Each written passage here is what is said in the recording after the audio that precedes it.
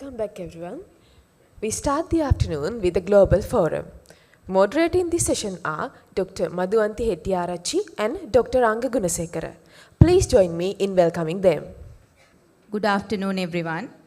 Now we are going to start the Global Forum, the second one for the SIMCON 2024. And the first speaker is Professor Arafat, who needs no introduction. He has already delivered a lecture earlier. And today he's going to talk to you on histoplasmosis, a challenging issue. Over to you, Professor Arafat. Very good afternoon, dear moderators and other speakers and learner audience. After lunch, we are feeling sleepy. I'm a bit dizzy too. Still, we are here to listen some talks on medical issues.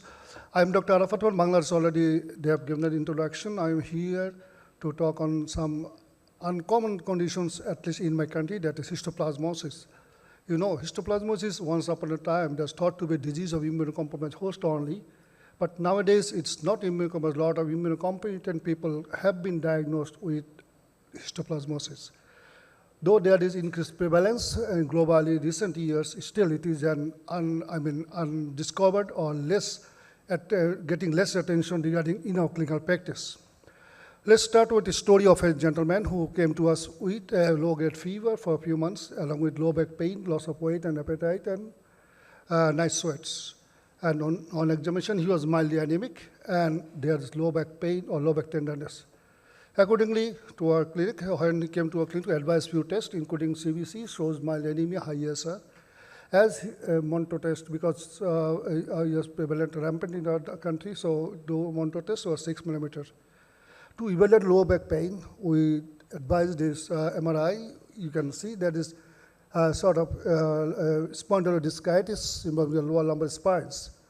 So, considering the scenarios in our areas in the world, of this part of the world, you know that TB is very rampant. Almost 2/3 of tuberculosis patients, global patients, are residing in this sort of areas. So with very high prevalence in India, Bangladesh, I guess Nepal as well, Sri Lanka, so we definitely will consider tuberculosis affecting the disc or lumbar disc. But in some cases, the scenario might not be that easy. Besides tuberculosis, many other organisms might infect the disc.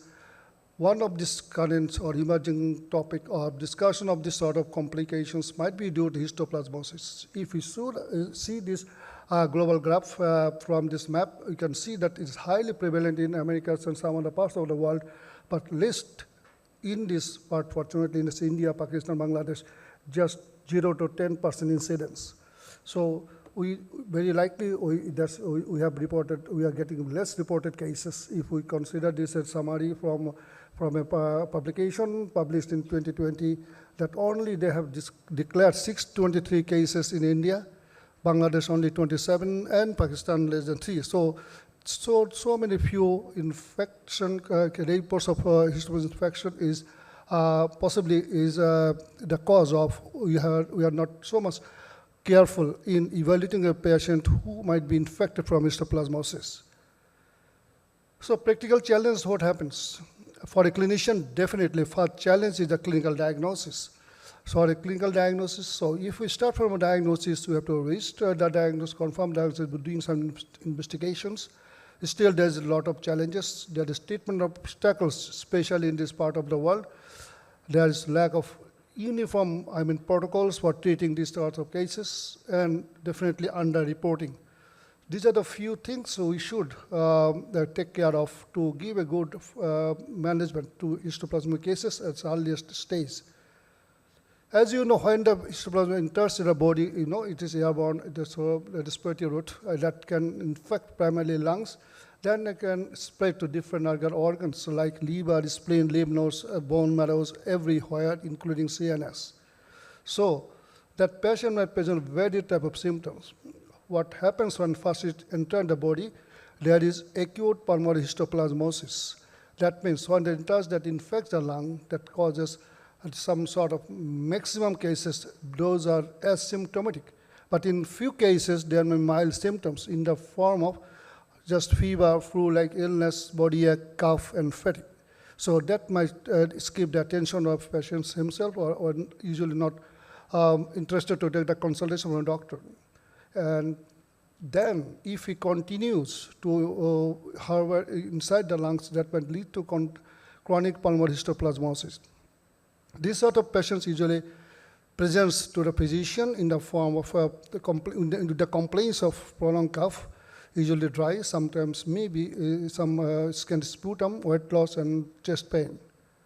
But if the patient is immunocompromised due to HIV, diabetes, immunotherapies, there is chance of dissemination of infection involving into the other vital organs of the body. As I already have said, the liver, spleen, lymph nodes, bone marrows, even brain or spinal cord is also a part of the body which can be infected. And when the infection spreads to the different organs, then that might lead to fever, in addition to fever, weight loss, particular symptoms related to the involved organs. If they involve brain, there might be convulsion, epilepsy, hemiplegia, or meningitis like this. You know that we have a common, very rampant, we already said, tuberculosis. Lot of symptoms, they are common between these two chronic conditions. But if we consider the cough, there's little bit difference in the cough of the tuberculosis and histoplasmosis. In case of tuberculosis, the cough is usually productive, and in many cases we can get hemoptysis. But in histoplasmosis, usually the cough is mainly dry. And if there is no cavity relations, it is almost dry, and there is no hemoptysis there. So that is infrequent in case of histoplasmosis. So there is very good chance of, due to this widespread different type of presentations, there is a very good chance of misdiagnosis or delayed diagnosis. Already I have said that tuberculosis is a common mimic of histoplasmosis. What about other fungal infections? In endemic zones, though not possibly in this part of the world, there's in US or somewhere, coccidioidomycosis are a common fungal infections which have the common symptoms. The acute phase or acute histoplasmosis, when the patient comes with light fever, cough, or some sort of body ache or flu-like illness, that might mimic the pneumonia, almost look like pneumonia, which might instigate make a compulsion the physician to advise some antibiotics if he does not consider histoplasmosis in appropriate cases. When there is dissemination, that is multi-organ involvement, other multi-organ disease like sarcoidosis, like lymphoma, cancer metastasis, these sub diseases will create a confusion. So we can misdiagnose a case of sarcoidosis as histoplasmosis. On the other way, we can make a diagnosis of sarcoidosis and histoplasmosis, which might be life-threatening because histoplasmosis need to give antifungal, but if sarcoidosis will give steroids, which might cause further dissemination of the infection and will threaten the life of the patient. So that is our main problem, is that the risk factors for this delayed, because it's very common, not common. We usually skip that doesn't come to our mind in the very onset of the patient's presentation. And inappropriate use of antibiotics sometimes lead to delaying the diagnosis. After clinical suspicion, we are thinking this is a histoplasmosis. Next step definitely is to confirm the diagnosis by doing some investigations. What sort of investigation usually do? We know it is microbiological disease. Definitely the identification of microorganism is the first tool. We need to we can do a stain for fungus or by potassium hydroxide or silver stain. So that is a very good thing we can do anywhere with a simple test, but there is some limitations. What are the limitations or challenges? Because to identify the organism, we need an expert eye. Otherwise, that misdiagnosis, because some of the fungus, like blastomycosis, coccidioidomycosis, may look alike. So that is the main, important things to consider when we can see under the microscope. Microbiological diagnosis, definitely culture of the organism, the best way to confirm the diagnosis. Unfortunately, it's a slow grower. It usually takes 4 to 6 weeks to get a positive culture report, which will delay the diagnosis. To confirm the diagnosis, to delay the treatment, will make some impact on the outcome of the patient. Definitely antigen detection, that's a very easy test, serological, summary serological test, and the PCR or molecular chain diagnosis. What about the antigen test? Antigen we can collect, do the antigen test from very simple blood fluids, any fluids, bloods or urine, even bronchoalveolar lavage if we do. So we can make a diagnosis of by doing this antigenic test. Then there's serological test, complement fixation test, immunodiffusion test, and enzyme assay. If we look at the graph, when we should do the test, when there's chance of positivity, you see this antigen test is the initially, that is from the initial part of the infection, the antigen appears. After 4 to 6 weeks, that disappears, might disappear if the patient is cured. But antibody naturally that takes a longer time, so that usually appears after 4 to 6 weeks. So in acute stage, this antibody test in the form of complement fixation or immunodiffusion assays are not that much useful. So already I've said that the limitations of this urine antigen, that's very simple to do, very sensitive, but in some cases there might be false negative and or false positive also if there's previous infection. If during serology, the main limitation is that it becomes positive in the later part, not the least, might be negative in immunocompromised hosts like HIV, who are the main patients of histoplasmosis. So these patients might not be positive for CFT. Regarding the PCR test, that is also a very good test. Sensitivity is very high. Unfortunately, this requires special lab, BSL-3 level of labs, and not available in definitely in particular everywhere. So that is the limitation of the test. Histopathology also important because all of you know that histopathology will give some granuloma appearance, but it is not enough to get a granuloma. We have to identify the organism. We have to stain especially for histoplasma. Otherwise, if we can see the slide on the left-hand side, that slide is from a histoplasma patient. His lymph node biopsy revealed there is granuloma, typical islets, Langer's type of giant cells, and this sort of granuloma is very close mimicking of tuberculosis. But when they have got the stain of, pus stain, we can identify the yeast. On the right-hand side, that is a typical tuberculosis granuloma. So mere presence of granuloma is not enough if it is not corroborated with clinical as well as other corroborative tests in the form of stain. Imaging also confusion, make a lot of confusion, TB, histoplasma, or coccidioidomycosis, even melioidosis may be confusion, make confusion with this sort of histoplasmic, patients. So regarding these things, so we have to do a better of test. One test might not be enough to confirm the test. Next step is our treatment. Treatment is also an issue for us because the primary choice of treatment is amphotericin, in some cases itraconazole, though posaconazole, voriconazole, and those are in the field, but those are proved, evidence proven are mostly amphotericin B and itraconazole. So amphotericin B is very costly drug, it's not possible, in our country they are not, patients are not able to have the privilege to get amphotericin due to its high cost. So regarding the treatment, there's also important issue whether you have to treat all the histoplasmosis patients, yes or no, that depends on the scenarios. If acute histoplasmosis, it is mild symptoms, usually no treatment is needed. But acute histoplasmosis, if patient is longer, more than 4 weeks, or patient immunocompromised, we have to treat them. If it is an acute pulmonary, chronic cavity lesions usually occurs on the background of COPD, but definitely they need a treatment.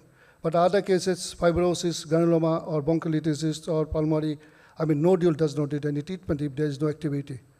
Relapse is also not uncommon. Relapse is very much common, not very much. I think 1/5 of patients might have got relapse, mostly due to inadequate treatment, mostly due to short duration of treatment, mostly due to immunocompromised status. If we don't revert immunocompromised status, patient might relapse again of getting the histoplasmosis after the stoppage of the treatment.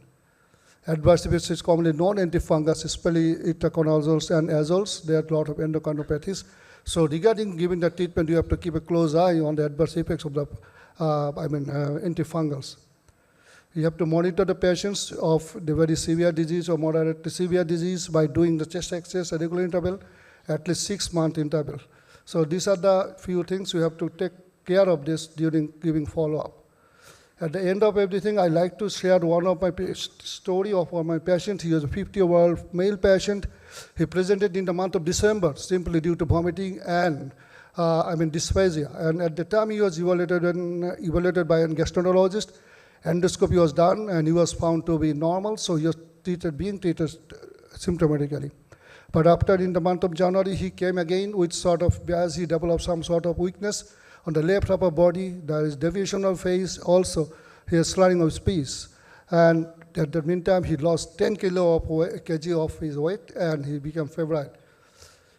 So at this time, we performed a CT scan of the brain and found that there is a swell in the liver, in the brain, in the capsuloganglion region.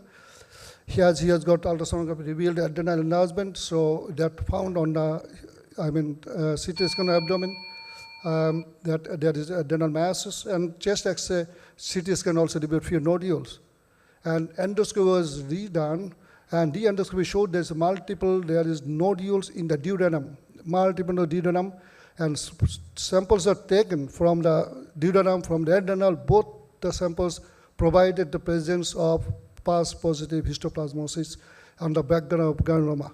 So that bizarre story of this patient might confuse anyone, neurologist, gastroenterologist, everyone. Ultimately, he's being treated itraconazole, though we know that for CNS, we need to give amphotericin, but due to unfortunate condition of financial constraints, he was admitted itraconazole. In spite of itraconazole, he has been getting well day by day. Now he has gained 10 kilo of his weight, and his symptoms better. So at the end, I like to say histoplasmosis is a challenge for any clinician, at least in this part of the world, for variable clinical manifestation, similarity to other diseases, complexity of lab diagnosis. Early recognition is critical for appropriate treatment, and timely treatment might save the lives. Especially, we have to be careful in immunocompromised host. While the availability of tests are available in different developed parts of the world, but still it is not available in this area, making a lot of diagnoses to be lost from our eyes. So high index of suspicion combined with careful clinical evaluation, taking a good history of exposure of these organisms, and appropriate diagnostic testing is essential for the timely and effective management. With that all, thank you very much. Thank you, the organizers of today's conference. I'm being very proud to be here. Thanks to my audience, learners, for your patient sharing. Thank you. Thank you, Dr. Arafat. Next lecture is Impact of High Altitude on Cardiovascular Health, Dr. Kunjang Sherpa. Dr. Kunjang Sherpa is from Nepal, MBBS, MD, DM Cardiology. She's a fellow of Asia Pacific Society of Cardiology, consultant cardiologist, Burr Hospital, assistant professor of cardiology, National Academy of Medical Sciences, Burr Hospital. Over to you, Dr. Sherpa. Thank you, Sri Lanka College of Medicine, especially Dr. Malik, the Surunga Maligama, for giving this opportunity, and thank you all the National Medical, the Council of Sri Lanka College of Internal Medicine, respected chairperson for a kind introduction, and respected dear all guests. Today I'm going to present a topic that has been given to me as an impact of high altitude on the cardiovascular diseases. As I belong to the mountainous region where the highest peak of mountain, the Mount Everest is located, so I'll be dealing what are the challenges that we face when dealing with this patient with the with cardiovascular on going to the high altitude. So I have nothing to disclose except I work in this institute is the largest hospital in this. The largest government hospital in the Kathmandu, located in the center of city of the Kathmandu, the capital of our country. This is called the Bir Hospital.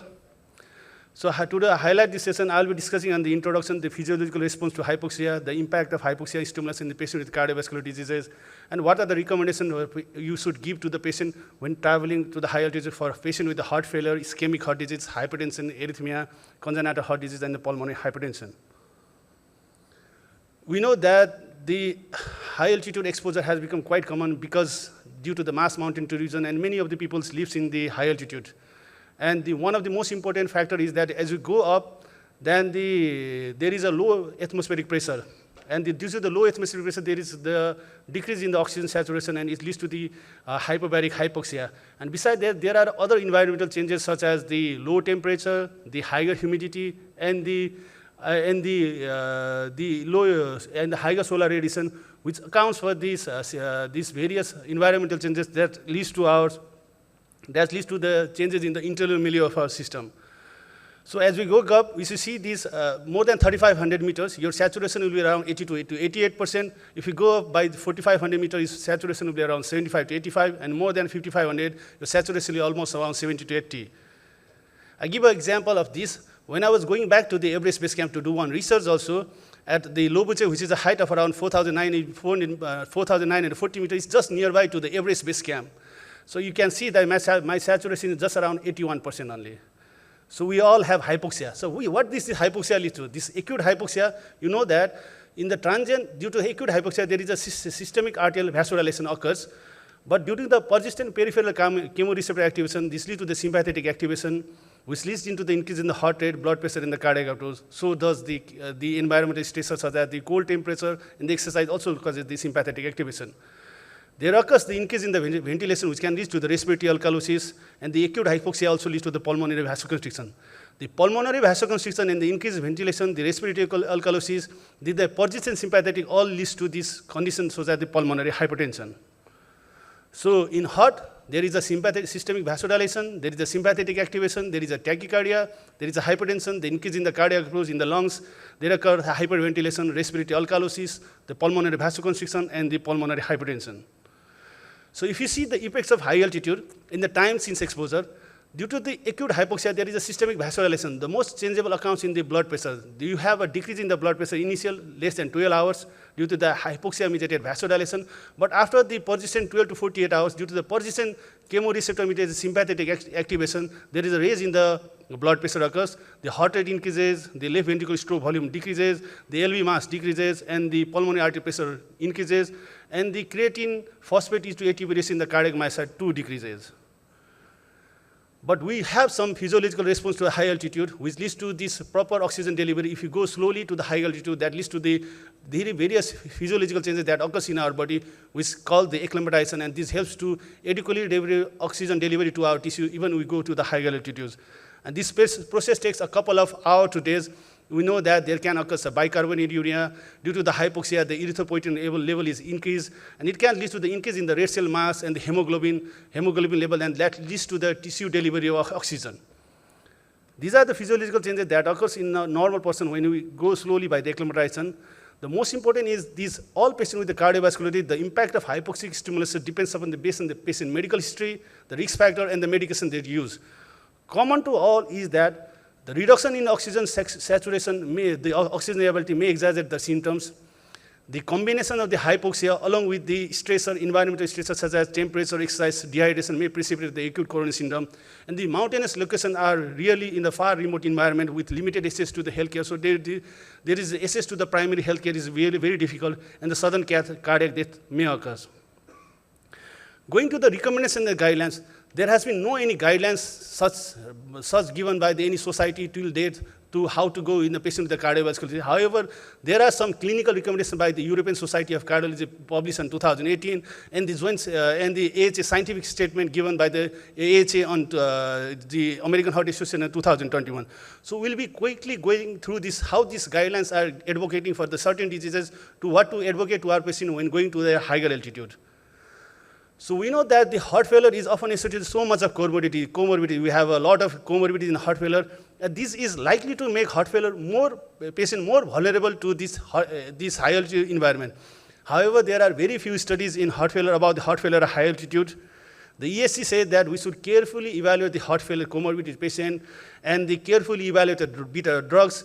And if you are using the non-selective beta blockers, beta-1 selective should be preferred compared to the non-selective beta blockers because the drugs such as the carvedilol impairs the adaptive hyperventilatory response as well as the decrease in the exercise capacity and the decrease in the blood oxygenation. So preferably the beta-1 selective drugs should be preferred when these patients should be given. And always we should ask this patient to go slowly ascend to the higher altitudes. The permissible is like around from above the 2500 meter, you should not go more than 300 to 500 meter per day. Go slowly, less than 305 meter, then the symptoms will be definitely decreased.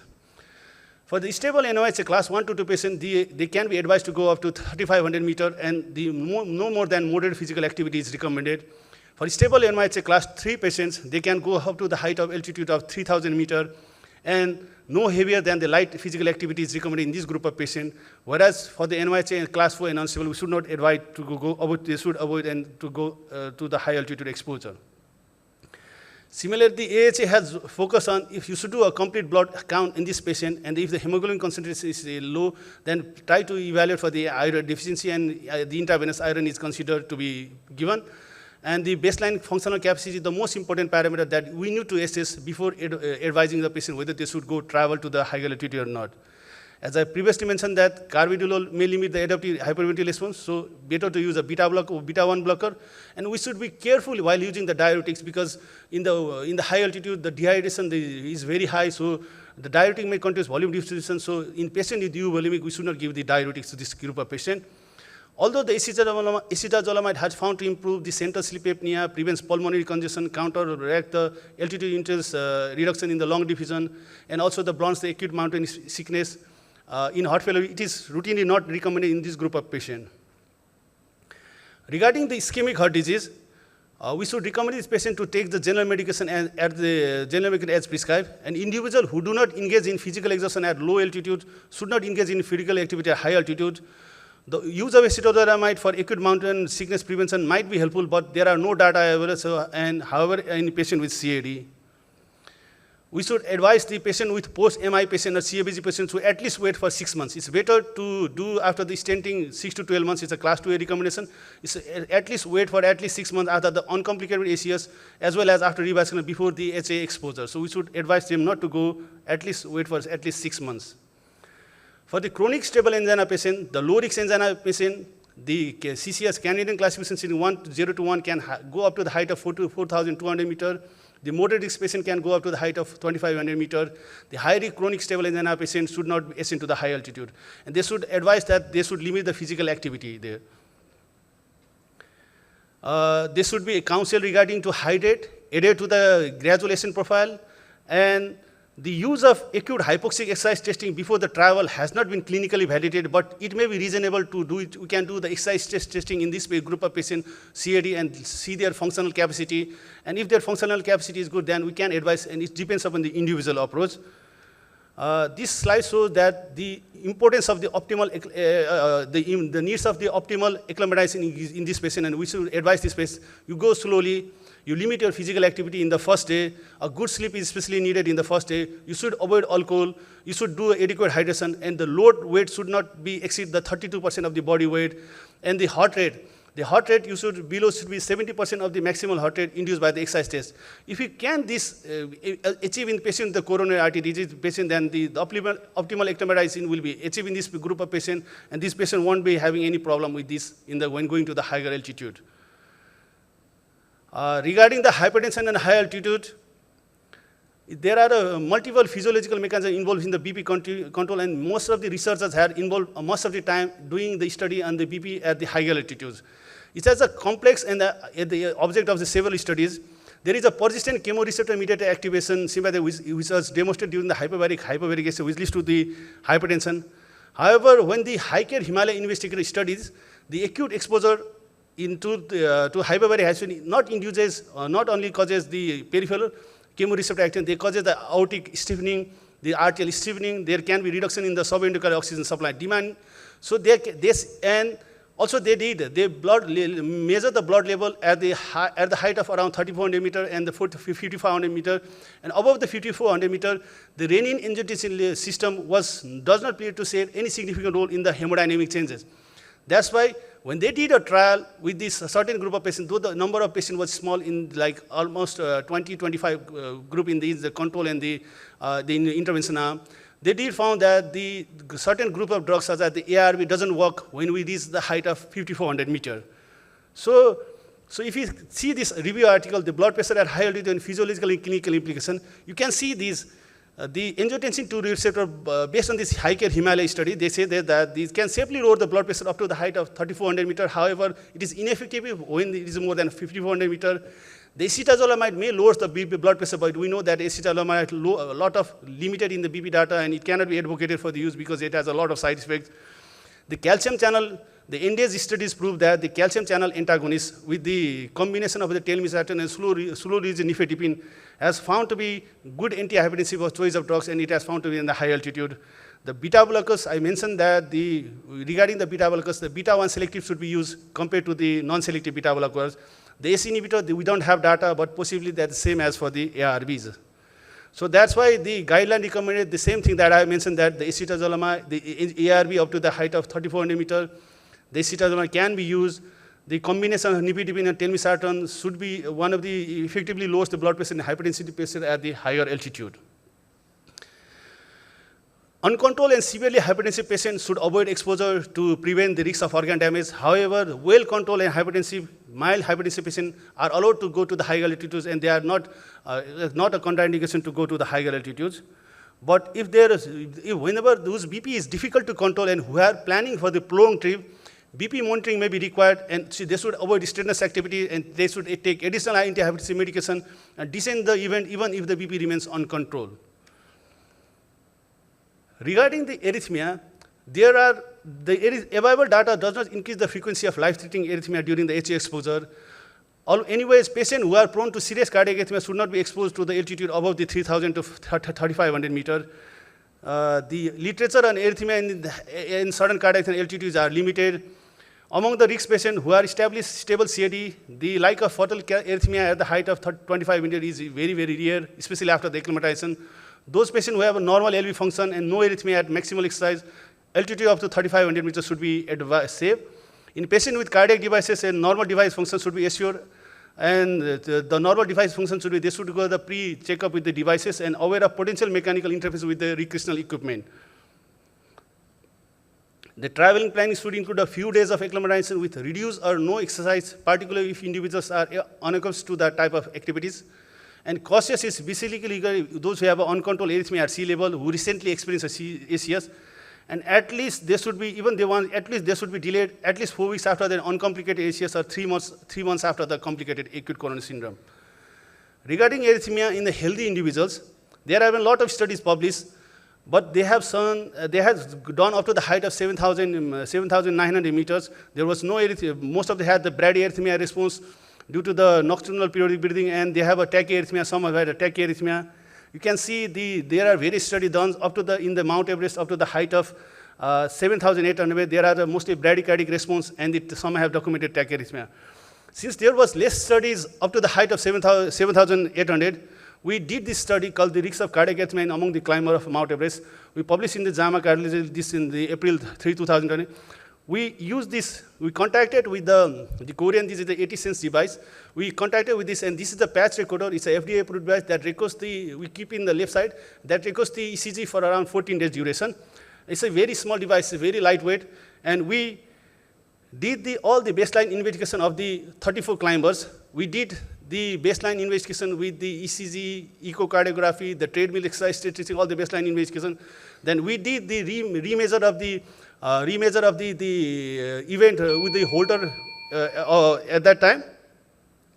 So you can see that up to the 32, up to these are the Khumbu icefall. You can go through going the way from the Camp 1, Camp 2, Camp 3, and Camp 4. Up to this Camp 4, around like 32 climbers reached the climb, and 14 reached the top of the Mount Everest. During this time, you can see that there was the primary events occurs in 38.2%, like around, there was a total of 45 cardiac events, out of which like the 43 was the bradyarrhythmic response, and the two were the tachyarrhythmic response. If you see in the y-axis, you see the altitude, and you see the x-axis, you see the individual climbers, and the bar represents the individuals of the individuals, and the blue dots represents the bradyarrhythmic response, tachyarrhythmia response, and the light blues represents the no supplemental oxygen. You can see that the proportion of arrhythmia among the individuals remains stable, while the event rate per 24 hours gradually increases from 0.16 to 0.3 during this 24 hours period, which again decrease when they use the supplemental oxygen, because most people use the supplemental oxygen above the CAM3 level, so the bradyarrhythmia was decreased at that time. So we can see this kind of the Holter record that we got, that somebody has a 3rd-degree aortic block and somebody having a slow monomorphic sustained ventricular tachycardia. The most common arrhythmia was the secondary AV block Mobius type 1 and the Mobius secondary AV block type 2, followed by the SA block. 2 had the non-sustained VT and 2 has the 3rd-degree complete AV block. So the arrhythmia was quite common when there was no supplemental oxygen use. Only the 36 events occurred in the 11 individuals when the no supplemental oxygen was used, and the 9 events occurred only when in the patient with the 5 patients when supplemental bottle oxygen was used. So you can see that if you use the oxygen at the flow rate of 2 liters per minute, then your this oxygen saturation decreases to from CAM4 to up to the level of CAM2 around the PO2, decreases from the PO2, increases the PO2 from 52 to 68 millimeter of mercury.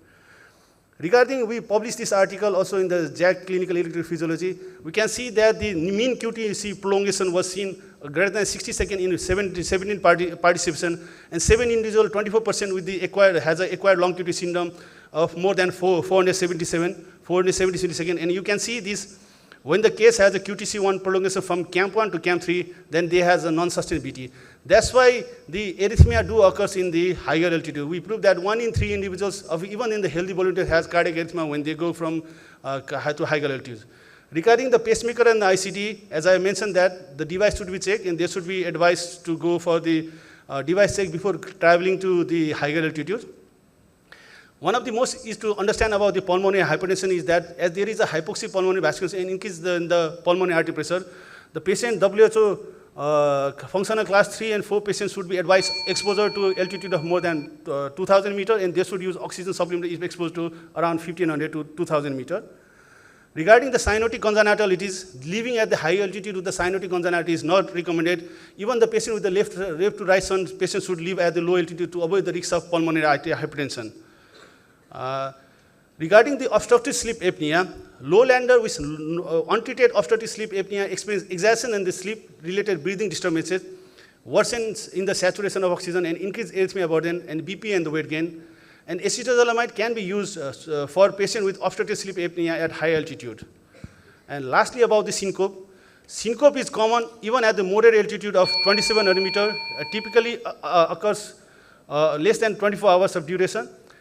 Due to the peripheral vasodilation, cerebral vasoconstriction, and the post-exertional syncope. It may be associated with the meals and alcohol consumption, so a need of proper acclimatization to maintain the normal cardiovascular and cerebrovascular response to orthostatic stress are preserved with chronic altitude, so the proper acclimatization is needed. So lastly, to highlight is that those patients who have this disease condition are contraindication to travel above 2,500 meters, especially in the heart disease, the decompensated heart failure, the myocardial infarction stroke within the past 90 days, the poorly controlled the pulmonary artery hypertension more than systolic pulmonary artery pressure more than 60, the unstable angina. So the take-home message is that the patient should advise the pre-trip planning. They should emphasize the acclimatization before exercise. They should assess their exercise intensity plan. They should have adequate hydration. They should avoid the drugs, especially the sleeping tablets should not be used by this patient. And according to the disease-specific conditions, certain precautions that I have mentioned should be carried out by this patient. Because we all need to travel, and the best view always comes after the hardest climb. We can see in the left-hand side, the Everest Base Camp, which I reached. And I'm pointing towards that is the Mount Everest that is. And downstairs, you can see this is one of the another most beautiful mountain called the Mount Avadavlang. It's called the Mother Necklace. So because we all live to travel to have the best view, to see the natural beauty, and we should advise our cardiovascular patient according to the same what I have mentioned here. So I'd like to thank you again for the Sri Lankan College of Internal Medicine for giving me this opportunity. And I'd like to thank you all the participants for the active listening. Thank you very much. Thank you, Dr. Sherpa. I think we have exceeded the time which is allocated for the forum. In the interest of time, I would like to invite my co-chair, Dr. Madhuvanti Hettiarachchi, to present the token of appreciation to the speakers. Professor Arafat.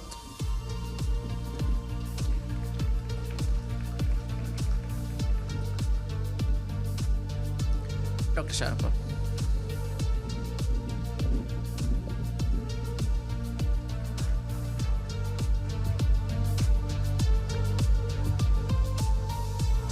Thank you, dear speakers and moderators, for that comprehensive session.